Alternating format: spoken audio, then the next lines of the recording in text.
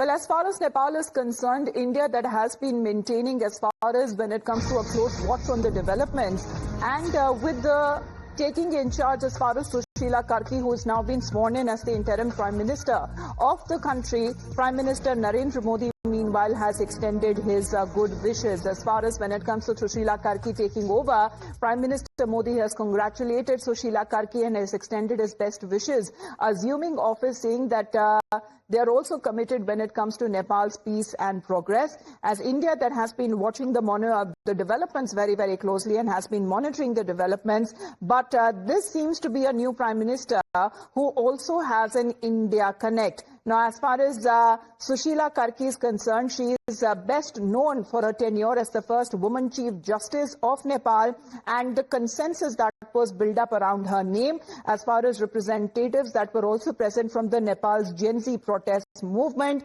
the Army Chief of Nepal, and also the President, as far as the deal that was finalized right after days of unprecedented protests that culminated resignation of former Prime Minister KP Sharma Oli. Let's get in a word from Shalini now. Shalini, how India is now closely monitoring the developments, of course, the message that is now coming in from Prime Minister Narendra Modi himself.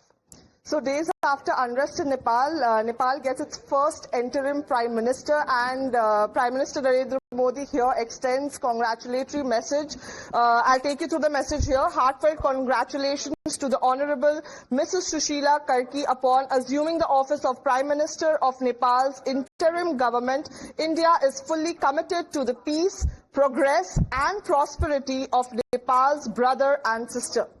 Well, of course, there is an India connect as well, but extending congratulations is Prime Minister Narendra Modi as far as when it comes to the last few days' development, the chaos, the protest and the disturbances that has now taken place in Nepal. India has been closely watching the developments, and as far as the MEA is saying that the stability and normalizing of ties and the developments in Nepal is very, very crucial for India. But when we speak of the Himalayan nation that seems to be now on the road to recovery, this is a development that has taken place as former Chief Justice Sushila Karki has been sworn in and has now been appointed to lead the country's interim administration. That has now ended days of speculation exactly who would be serving as the caretaker Prime Minister till the time that next general elections would be taking place in Nepal. Now, Sushila Karki, who has risen to prominence after becoming Nepal's first woman Chief Justice back in 2016, she is recognized for a strong stance against corruption,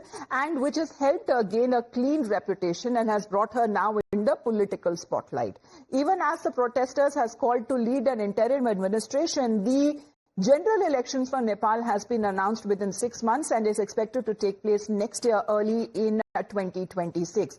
In the meantime, let's get you a breaking update as far as Sushila Karki is now concerned, who has taken oath as Nepal's first woman Prime Minister. She's also been holding a cabinet meeting under her leadership.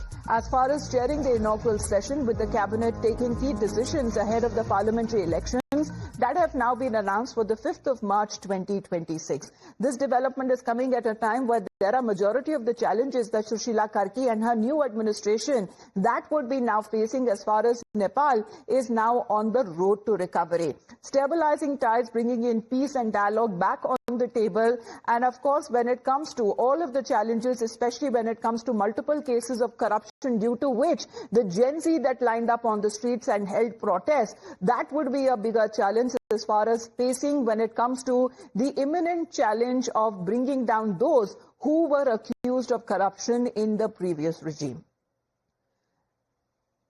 But as far as international